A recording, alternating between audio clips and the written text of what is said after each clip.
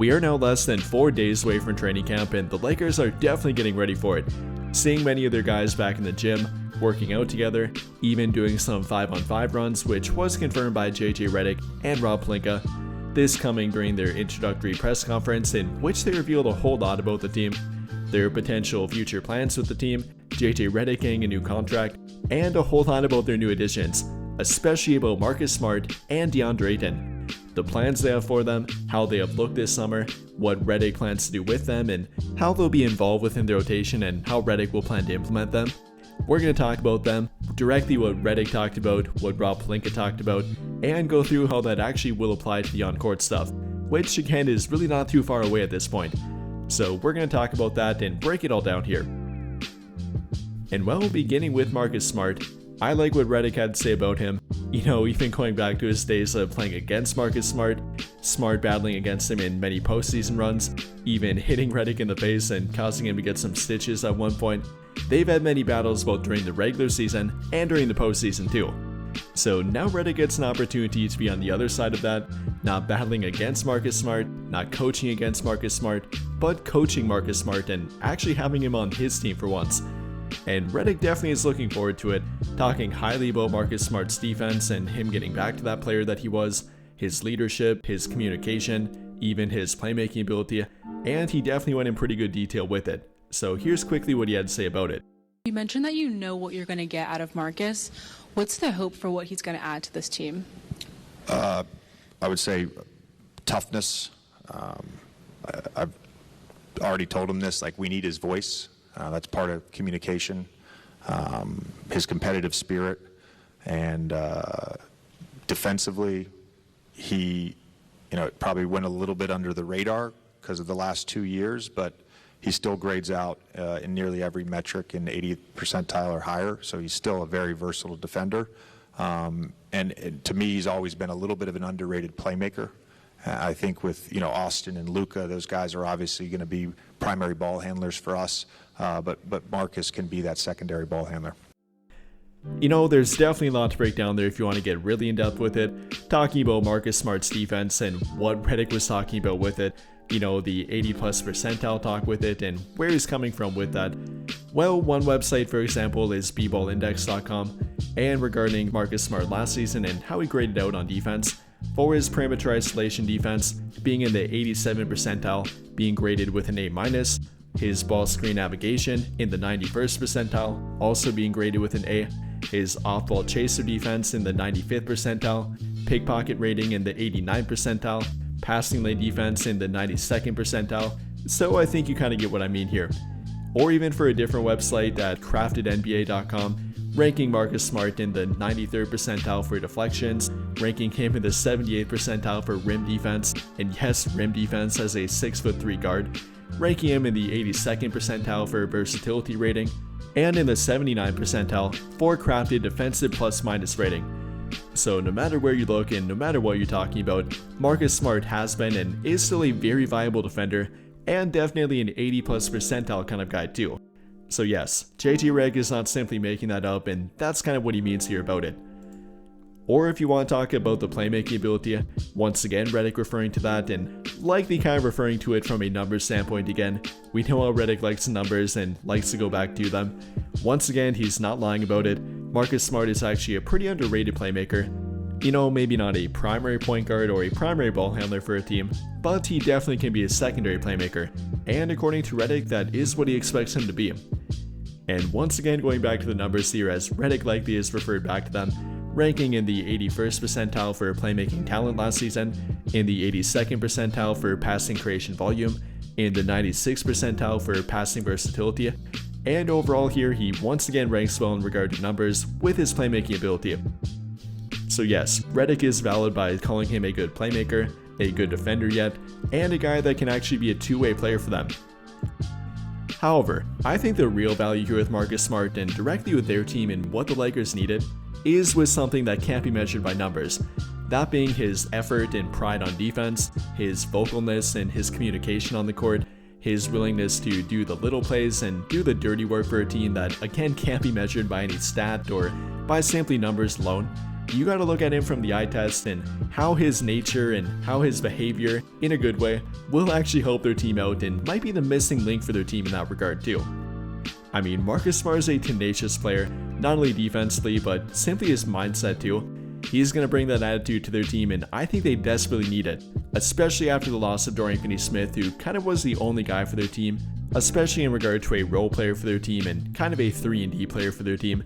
That's the role that Marcus Smart will now be taking on, not only from a skill set and numbers standpoint, but again, more importantly from a mentality standpoint, a communication and leadership standpoint. That's what I'm looking forward here with Marcus Smart, and I think Redick is kind of referring to it here too. And well, one thing they need a wake-up call with, and something I actually can point to the numbers here with too, is their ability to get back on defense. It's not something they can't physically do or something that they haven't shown the ability to do, but it's something they don't routinely do and have not been able to change their mindset to doing it for really a few years now too, both pre and post JJ Redick. Last season they gave up the 5th most fast break points per game to their opponent, giving up nearly 17 per game, getting even worse during the postseason. And if you combine that with bad paint defense, bad offensive rebounding, or rather bad defensive rebounding, giving up too many offensive rebounds to their opponent, which hopefully will and I think will change with the arrival of Deandre Ayton, but simply in regard to transition defense and getting their ass back on defense, that's something that Marcus Smart will be extremely valuable with. In fact, I think he'll be invaluable with. So that's kind of the rundown with Marcus Smart, the numbers with him, the outlook with him, the off-court stuff, and what can't be measured by numbers, and what Redick really emphasized with Marcus Smart. That's kind of what we have to look forward to with, and hopefully Marcus Smart can live up to it. But how about Deandre Ayton? Another new addition for their team, and another guy that both JJ Redick and Rob Pelinka had plenty to talk about with him. Redick talking about his offense, being a former first overall draft pick, him playing with a Redick former teammate and Chris Paul, how that has helped Deandre Ayton, the pick and roll game feel that he has, and hopefully how that will translate to himself and Luka Doncic. Redick had a lot to talk about with him, and here's what he had to say. Obviously, getting DeAndre Ayton in the offseason was a big acquisition. Just would love to hear you just expand on how important of a role he's going to have, how critical he's going to be to this team, and just what some of your expectations are for him as the season begins. His expectations are no different than any other player. I'll just say that. Again, it goes back to the daily commitment to those 3 things. This is a guy who was a #1 pick, who has produced in every sort of situation he's been in, whether that's been early in his career, post Chris Paul trade. Like he's played in the NBA Finals, been the anchor of a defense and a starter on an NBA Finals team. So I think even just being in the gym with him the last couple weeks, this guy played pick and roll with Chris Paul. Like there's not a more detail-oriented player. Like his feel for 2-man action is just super high, and really excited to see him play with Luka. Yeah, I'll talk a little bit to it and then let JJ address this. I mean, first and foremost, having a true center that is both great in the short roll when you have DeAndre Ayton in pick and rolls with Austin Reeves, Luka, and LeBron. His ability to catch passes in the short roll, we've already seen some of that in sort of the player workouts that have been going on. He's also a lob threat. So just adding that dimension, his size is very real. And then we know that LeBron and Luka both have thrived with players that have that 3-and-D component. We felt like Jake LaRavia is a young player that is really good now and has a lot of growth left in him. And then Marcus Smart has proven to be an elite 3-and-D player at different points of his career. And our sports performance staff is working really hard with him to make sure he gets back to that form. It was just a couple seasons ago, I think he won Defensive Player of the Year. So there's still a lot to be excited about with adding him. Simply put, DeAndre Ayton is going to be a game changer for their team in the paint, and JJ Redick knows it too. Everything in regard to his lob threat ability, his pick and roll ability, his feel for the pick and roll game, even his mid-range shooting, and simply his touch around the rim. Then defensively, not only about the rim protection, but even more so the defensive rebounding in my opinion, something I've talked plenty about, and that being one of the Lakers' biggest problems from last season.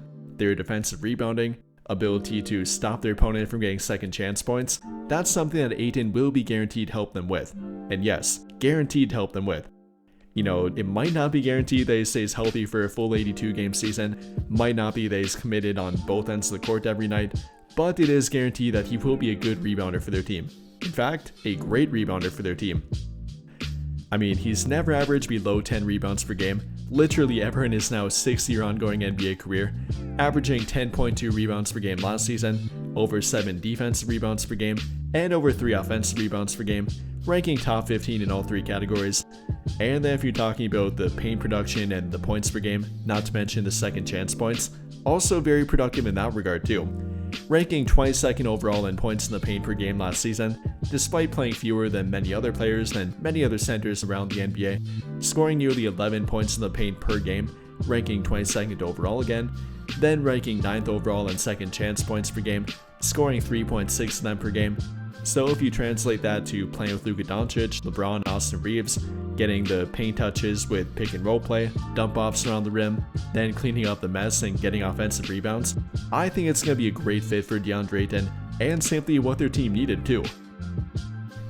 So I'm not sure about you guys, but I'm really looking forward to watching these two play, how Redick will integrate them and how he plans to implement them within the rotation. Whether they're starters or not, or one is, one isn't, both aren't, I don't really care that much. I guess I do a little bit about Ayton starting, but again, the main point here is that they have big plans for them. Redick has talked a little bit about it and hinted at it during this introductory press conference, and I'm really looking forward to watching them throughout training camp, preseason, into the regular season too. So with that in mind here, what do you guys think? What are your expectations of both Marcus Smart and Deandre Ayton entering training camp? How do you feel about what Redick said about them? How do you think he'll implement them? And how do you think the entire season will look like with them? Let me know your thoughts in the comments down below. But I think that'll pretty much do it for this one. And if you enjoyed the video, then I would greatly appreciate it if you dropped a like, subscribe to the channel if you have not already, and hit that notification bell to never miss out when I upload a video. But as always, thank you for watching and have a great day or night.